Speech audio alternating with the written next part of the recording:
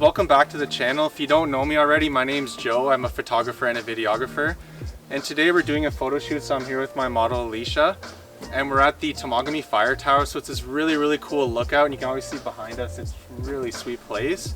So I thought, why not vlog our experience and show you some tips on what to do when you're shooting midday or when it's really bright. Why a lot of photographers don't like shooting in midday, it's because you really get that harsh light, you get those really harsh dark shadows, so you'll kind of get raccoon eyes underneath, and you don't really get that soft light that you'll get with like a really cloudy day. One of my favorite tips when you're shooting in midday is to actually use the shadows to your advantage. So we're looking around and trying to find some interesting patterns that are kind of created from actually just all of the harsh sunlight. The first thing that caught my eye was all the cool shadows that were casted by the railings. So we took a few minutes and tried to find some composition that we were looking for.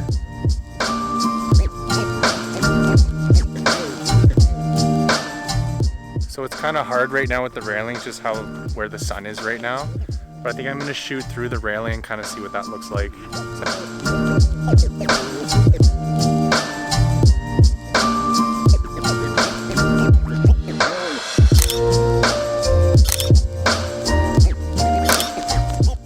We just finished shooting at the railing. Kind of took a few minutes to get the composition and everything that we wanted, but I'm really stoked about how the photos turned out.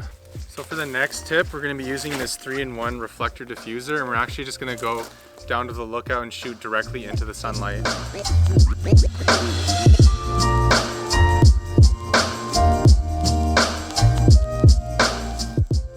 So there's two ways you can use this diffuser and reflector. The first is by just reflecting the light, so you'll want to kind of backlit your model so it's kind of facing the sun is behind them, and then you reflect light softly onto them. Or you can use the diffuser and shoot directly onto sunlight. You can see there's such a big difference from when Alicia's holding the diffuser over her versus when it's just directly sunlight right onto her. It's also really good if you can to have someone to be able to hold the diffuser for you and not have your model or yourself holding it while you're taking photos. It's such a pain to hold while you're taking photos, and it's just one less thing you have to worry about. And with some really minor editing, here's the diffused photo. The next tip is to use the reflector to bounce light directly onto your subject. For this to work, you'll have to place your subject backlit or have the sun directly behind them, and you'll have to place the reflector at about a 45-degree angle from them. I prefer using the white reflection side just because I find it's more of a natural look, but you can get pretty creative with the gold side if you want. Just keep in mind that if you're using the gold side, that it can get extremely bright. You can just see on Alicia's face right here, she's kind of cringing just because of how bright it is on her face. Here's the photo I took with the white reflector side, and here's the golden side. I much prefer the white side, but let me know what you guys think. If you are interested in getting one of these, I highly recommend it, especially if you're going to be doing a lot of client work during the day, and I'll have it linked down below in the description. Another tip is to just shoot in shadows.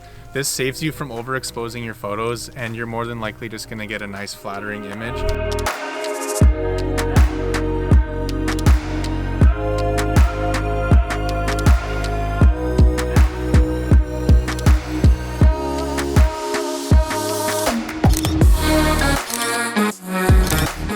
And the last tip I have for you guys is to use your subject to block out the sun, and you can create some really cool sun flares from this effect. It was pretty hard from just the position that we were at to get Alicia to get the sun directly behind her, so I actually just used an object to block out the sun, like in this photo. And here's a photo of myself that was taken during the winter with the sun directly behind me and made some really cool sun flares. And here's another photo that me and Alicia did of another photo shoot, and we used the building to block out the sun and create these cool sun flares. If you've made it this far in the video, thank you so much for watching. I really hope some of these tips help you to improve your portrait photography, especially in broad daylight. I'll be shooting a lot more of these portrait photography, videography tutorials, because obviously for the time being, I can't really travel with COVID.